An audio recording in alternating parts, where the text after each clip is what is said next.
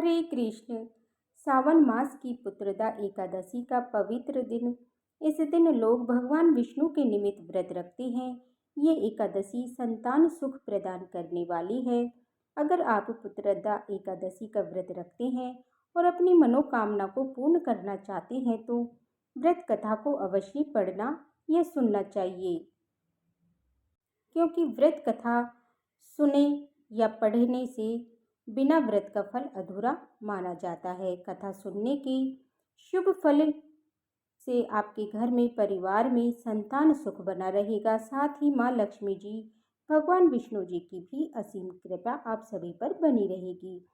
तो अब आपको सुनाते हैं पुत्रदा एकादशी के दिन सुनी जाने वाली पौराणिक कथा, जिसका आप सभी को सच्चे मन और श्रद्धा के साथ श्रवण करना चाहिए। पौराणिक कथा के अनुसार एक बार भगवान श्री कृष्ण के श्री चरणों में धर्मराज युधिष्ठिर ने प्रणाम करके श्रद्धा पूर्वक प्रार्थना की कि हे मधुसूदन, अब आप कृपया सावन मास की शुक्ल पक्ष की एकादशी के महात्म्य को बताने की कृपा करें। इस एकादशी का क्या नाम है, इसका क्या विधान है और इस दिन किस देवता का पूजन किया जाता है। हे प्रभु, कृपा कर मेरे इन सभी प्रश्नों का विस्तार पूर्ण उत्तर दीजिए। तब भगवान श्री कृष्ण ने कहा, हे धर्मराज, सावन मास की शुक्ल पक्ष की एकादशी की कथा के श्रवण मात्र से ही अनंत यज्ञ का फल मिल जाता है।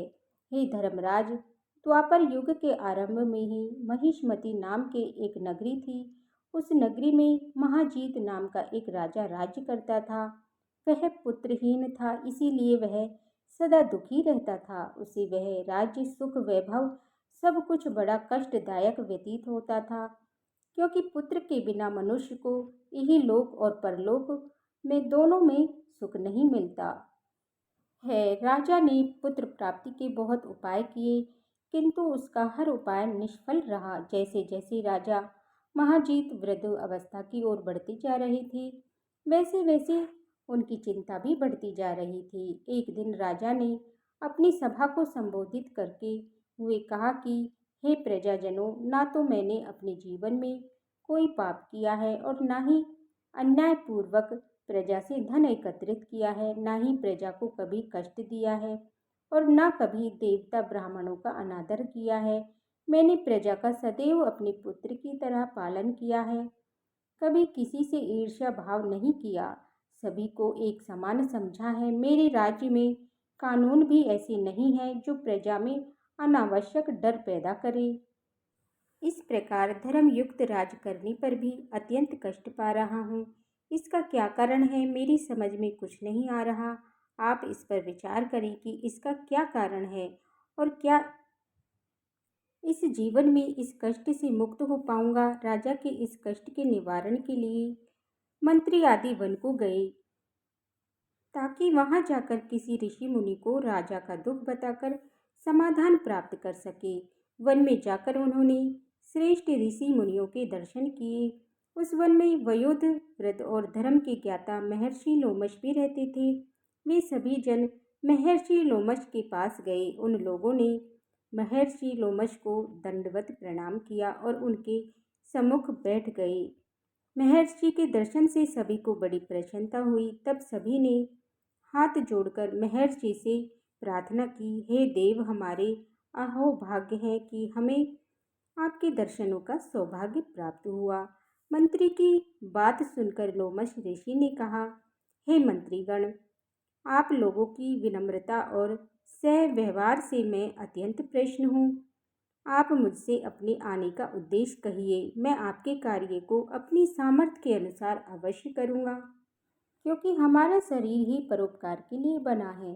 लोमश ऋषि के ऐसे मृत वचन सुनकर मंत्री ने कहा, हे ऋषिवर, आप हमारी सभी बातों को जानने में श्री ब्रह्मा जी से भी ज़्यादा समर्थ हैं, अतः आप हमारे संदेह को दूर कीजिए।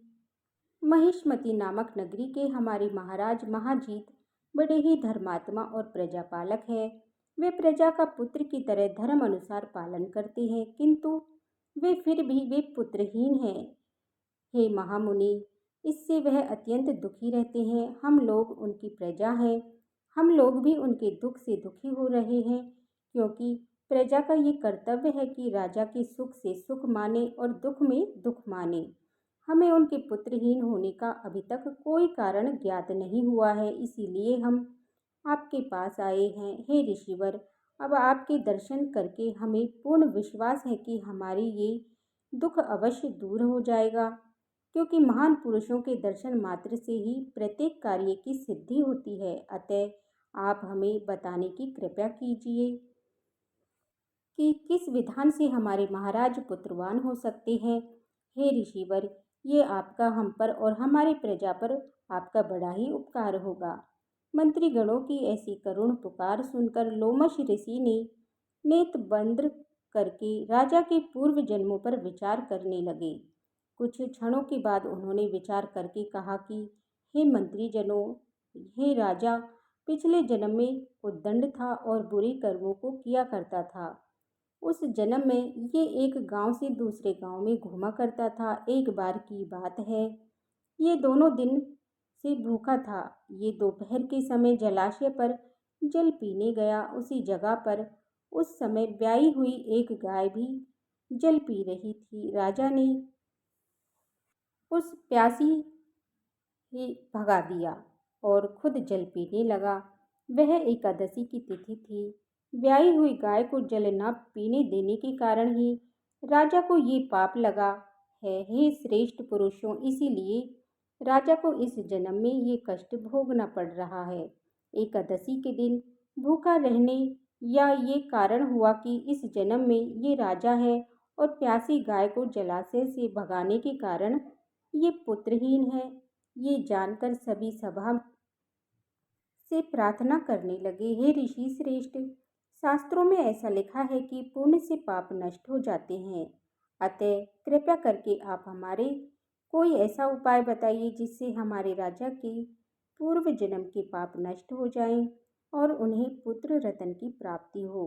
सभासदों की प्रार्थना सुनकर लोमश ऋषि ने कहा, हे श्रेष्ठ पुरुषों, अगर तुम सब श्रावण मास के शुक्ल पक्ष की पुत्रदा एकादशी का व्रत और रात्रि जागरण करो और उस व्रत का फल राजा के निमित्त कर दो तो तुम्हारे राजा के यहाँ पुत्र अवश्य उत्पन्न होगा और राजा के सभी कष्टों का भी नाश हो जाएगा।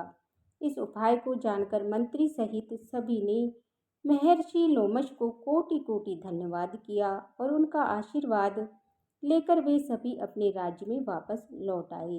इसके बाद उन्होंने लोमश ऋषि की आज्ञानुसार पुत्रदा एकादशी का विधि विधान से उपवास किया और द्वादशी को उसका फल राजा को दे दिया। इस पुण्य के प्रभाव से रानी ने जल्दी ही गर्भ धारण किया और 9 महीने के पश्चात एक अत्यंत तेजस्वी पुत्र को जन्म दिया।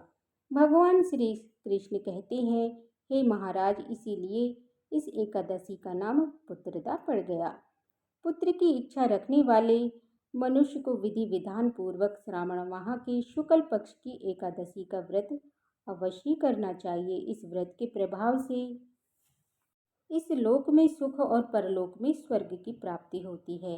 कथा का सार ये है कि पाप कर्म करते समय मनुष्य कभी ये नहीं सोचता कि वो क्या कर रहा है, परंतु शास्त्रों में विनीत होता है कि मनुष्य का छोटे से छोटा पाप भी उसे भयंकर दुख भोगने को विवश कर देता है। अतः मनुष्य को पाप कर्म करने से डरना चाहिए, क्योंकि पाप नाशक ये दैत्य जन्म जन्मांतर तक उसका पीछा कभी नहीं छोड़ता।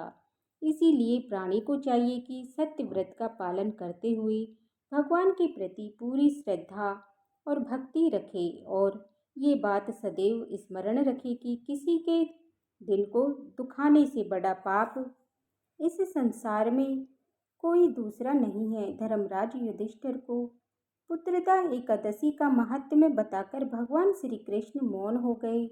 तब धर्मराज युधिष्ठिर ने पूरे विधि विधान से श्रावण शुक्ल की पुत्रदा एकादशी का व्रत रखा, जिसके पुण्य प्रताप से वह इस लोक से समस्त सुखों को भोग कर अंत में स्वर्ग लोक में गई। प्रेक्षताओं, अब सुनिए एकादशी माता की व्रत कथा। इस कथा को सुनने से ही एकादशी व्रत का पूरा माना जाता है। श्रोताओं, एक बार एक बूढ़ी माँ ने एकादशी का व्रत रखा। बड़े ही भक्ति भाव से वह एकादशी की पूजा किया करती थी। वे बूढ़ी हो चुकी थी। उन्हें वृद्ध अवस्था में कोई भी ऐसी वस्तु नहीं चाहिए थी जो एकादशी का उपवास रखती। कि एकादशी का उपवास रखने से तो श्री हरि की कृपा से तो सब कुछ मिल जाता है। वो बूढ़ी माँ तो अपने बच्चों के लिए, अपने परिवार की सुख सुविधा के लिए इतना कठिन व्रत रखती थी। वह दिन भर तो कठिन मन करके, दिन भर तो अपनी प्यास को किसी तरह से रोक के रखती थी, जो कि एकादशी के व्रत में वो जल की एक बूंद भी ग्रहण नहीं करती थी। द्वादशी को वो जल पीकर अपने व्रत का पारणा किया करती थी।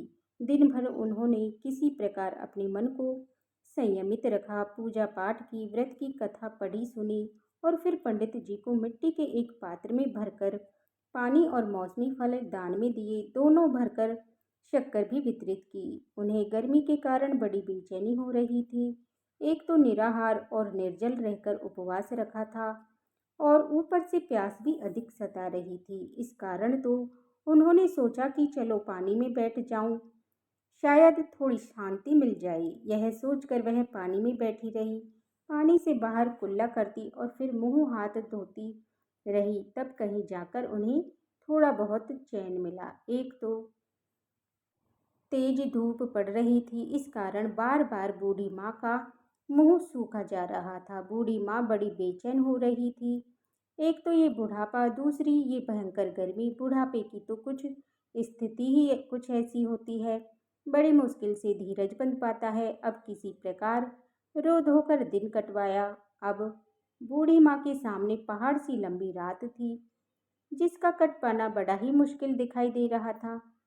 चारपाई पर पड़ी बूढ़ी माई को किसी भी प्रकार की शांति नहीं मिल रही थी। बार बार प्यास की मारी गला सूख रहा था और वे इस प्रकार बेचैन होकर करवटें बदलती जा रही थी। कई बार उठकर वे घर के बाहर जाती, फिर अंदर आ जाती। ना उन्हें घर के अंदर शांति मिल रही थी और ना बाहर। वे पड़ी पड़ी एकादशी माता को याद करती रही और मन में ध्याती रही कि हे माता, आप मेरी लाज रखिएगा, आप ही मुझे शक्ति दीजिएगा ताकि मैं भली भांति आपका व्रत कर सकूं और ये पहाड़ सी रात सुकून से बीत जाए। प्यास के कारण बूढ़ी माँ की बेचैनी तो बढ़ती ही जा रही थी। उन्होंने धैर्य रखने का बहुत प्रयास किया, लेकिन आखिरकार उनकी शरीर की सहनशीलता टूट गई और वे घबराकर प्यास के मारे एकदम चिल्ला पड़ी, बचाओ बचाओ। बूढ़ी माँ का चिल्लाना सुनकर उनके परिवार के सभी सदस्य उनके आसपास इकट्ठा हो गए और बूढ़ी माँ की चारपाई के पास पहुंच गए। सब बोले, अम्मा जी, क्या हुआ आपको? क्यों चिल्ला रही हो? और जब आपसे व्रत नहीं रखा जाता है तो इस बुढ़ापे में इतना कठिन व्रत क्यों कर रही हो? अम्मा जी, शरीर में ताकत है तो तभी तो भक्ति हो पाती है। आप पानी पी लीजिए। माँ अपने परिवारजनों से बोली, मेरे तो प्यास के मारे प्राण ही निकले जा रहे हैं। जरा जल्दी से मेरी छाती पर ठंडे पानी का घड़ा तो रख दो। नातियों ने दौड़कर दादी की छाती पर ठंडे पानी का बर्तन रख दिया। तब कहीं जाकर उन्हें थोड़ा बहुत सुकून मिला और जब सुकून मिला तो थोड़ी देर के लिए उन्होंने अपनी आंखें बंद कर ली। इधर एकादशी माता सोचने लगी कि ये तो बूढ़ी माँ लेकिन बड़े नियम से मेरा व्रत रखती है, चलकर इनकी परीक्षा लेनी चाहिए। ऐसा विचार कर एकादशी माता आधी रात को मुर्गा बनकर कुकड़ू करने लगी। मुर्गे की टेर सुनकर बूढ़ी माँ जल्दी से उठी और बाहर जाकर आसमान की ओर निहारा, लेकिन आसमान का कहीं भी उन्हें सुबह का तारा दिखाई नहीं दिया। अब वे सोचने लगी कि ये मुर्गा भला क्यों और कैसे बोल गया। एक तो उन्हें प्यास लग रही थी, अब थोड़ा बहुत उनका मन भी बेचैन होने लगा। आखिरकार उन्होंने ये दृढ़ निश्चय किया कि अब तो वे इस व्रत को पूरा करके ही छोड़ेगी, फिर चाहे वह पूरा होने तक मेरे प्राण ही क्यों न निकल जाएं। मन में ऐसा पक्का निश्चय कर वह वापस चारपाई पर आकर लेट गई। थोड़ी देर के बाद एकादशी माता ने उनकी फिर से परीक्षा लेनी चाहिए, तो वह एक छोटी सी कन्या का रूप धरकर गिलास में मीठा पानी लेकर उनके सिरहाने खड़ी हो गई और जोर से बोली, दादी जी, सवेरा हो गया है, आप हाथ मुंह धोकर शरबत पी लीजिए। पहले तो शरबत का भरा हुआ गिलास देखकर बूढ़ी माँ का मन ललचाने लगा। प्यास के मारे गला जो सूख रहा था, किंतु अचानक उन्हें याद आया कि उनका तो एकादशी का उपवास है।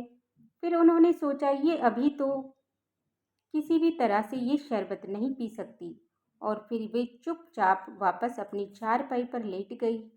जैसे ही उनकी आंखें लगी, तभी उन्हें एहसास हुआ कि मानो किसी ने उन्हें पानी से भरे हुए कुएं में पटक दिया हो। फिर बहुत देर तक उस कुएं में हाथ पैर चलाती रही, लेकिन इस बीच उन्होंने अपने मुंह में पानी की एक बूंद भी नहीं जाने दी, क्योंकि उनका एकादशी का उपवास जो था, और वे पक्के निश्चय के साथ अपने व्रत का पालन करती रही। थोड़ी देर में उन्हें ऐसा लगा मानो सामने आग जल रही हो। आग के कारण बड़ी भारी गर्मी लगने लगी। प्यास के कारण उनके प्राण निकलने लगे। लेकिन इतना सब होने के बाद भी बूढ़ी माँ ने पानी की एक बूंद भी नहीं पी। वे तो बस चारपाई पर बैठी बैठी एकादशी माता का ध्यान करती रही। अब सवेरा होने में कुछ समय है, ये जानकर बड़ी तसल्ली के साथ वे इधर उधर घूमने लगी। एकादशी माता अब तक ये बात अच्छी तरह समझ गई कि इन बूढ़ी माँ को किसी भी प्रकार से अपने व्रत से नहीं टाला जा सकता है। उनके सत्य व्रत को भली भांति समझ गई। अब सवेरा हो गया। तब बूढ़ी माँ ने स्नान किया, भगवान श्री हरि का पूजन किया, फिर एकादशी माता की कथा सुनी, ब्राह्मणों को दक्षिणा देकर भोजन करवाया। तब कहीं जाकर उन्होंने जल ग्रहण किया। कन्याओं को भोजन कराने के बाद बूढ़ी माँ ने फिर स्वयं भोजन किया, और उस श्रेष्ठ व्रत के प्रभाव से बूढ़ी अम्मा की आयु में वृद्धि हो गई। उनकी आयु बढ़ गई। उनका घर परिवार हरा भरा हो गया। अब उनके घर में किसी भी चीज का कोई अभाव नहीं रहा। उनका घर हर प्रकार के सुख साधनों से भर गया। नाती नातिन से उनका घर भर गया, और वे उसी दिन से 12 महीने की एकादशी का व्रत करने लगी। एकादशी माता के व्रत के पूर्ण प्रताप से इस संसार में हर प्रकार के सुख भोग कर वह बूढ़ी माँ अंत में भगवान श्री हरि के धाम को चली गई। जैसे एकादशी माता ने उन बूढ़ी माँ को और उनके परिवार को हरा भरा किया, वैसे ही हे एकादशी माता, हम सभी की मनोकामनाएं पूर्ण कीजिएगा। तो प्रेम से बोलिए, श्री लक्ष्मी नारायण भगवान की जय। एकादशी माता की जय। अब सुनिए तुलसी माता की आरती। तुलसी महारानी नमो नमो, हर की पटरानी नमो नमो। तुलसी महारानी नमो नमो, हर की पटरानी नमो नमो। धन तुलसी पूर्ण तप कीनो, शालिग्राम बनी पटरानी नमो नमो। तुलसी महारानी नमो नमो, हर की पटरानी नमो नमो। जाके पत्र मंजरी कोमल, श्रीपति कमल चरण लपटानी नमो नमो। तुलसी महारानी नमो नमो, हर की पटरानी नमो नमो। कौन महीने बोई रानी तुलसा, कौन महीने हुई हरियाली नमो नमो। तुलसी महारानी नमो नमो, हर की पटरानी नमो नमो। कौन महीने हुई तेरी पूजा, कौन महीने पटरानी नमो नमो। तुलसी महारानी नमो नमो, हर की पटरानी नमो नमो। आषाढ़ मास में बोई रानी तुलसा, सावन महीने हुई हरियाली नमो नमो। तुलसी महारानी नमो नमो, हर की पटरानी नमो नमो। तुलसी महारानी नमो नमो। कार्तिक मास में हुई तेरी पूजा, मंगशिर मास हुई पटरानी नमो नमो। तुलसी महारानी नमो नमो, हर की पटरानी नमो नमो। तुलसी महारानी नमो नमो। धूप दीप नैवेद्य आरती पुष्पन की वर्षा बरसानी। नमो नमो तुलसी महारानी, नमो नमो हर की पटरानी। नमो नमो तुलसी महारानी, नमो नमो। 56 भोग 3600 व्यंजन, बिन तुलसी हर एक न मानी। नमो नमो तुलसी महारानी, नमो नमो हर की पटरानी। नमो नमो। जो तुलसी को सवेरे गाई, श्री कृष्ण के दर्शन पाए। नमो नमो तुलसी महारानी, नमो नमो हर की पटरानी। नमो नमो। जो तुलसी को दोपहर गाए, खीर खांड का भोग लगाए। नमो नमो तुलसी महारानी, नमो नमो हर की पटरानी। नमो नमो। जो तुलसी को सांझ को गाए, श्री कृष्ण की आरती उतारे। नमो नमो तुलसी महारानी, नमो नमो हर की पटरानी। नमो नमो। जो तुलसी को राति को गाए, श्री कृष्ण के चरण दबाए। नमो नमो तुलसी महारानी, नमो नमो हर की पटरानी। नमो नमो। सब सखी मैया तेरो यश गावे, भक्ति दान दी जय महारानी। नमो नमो तुलसी महारानी, नमो नमो हर की पटरानी। नमो नमो तुलसी महारानी, नमो नमो हर की पटरानी। नमो नमो। आरती समाप्त। तो प्रेम से बोलिए तुलसी महारानी की जय।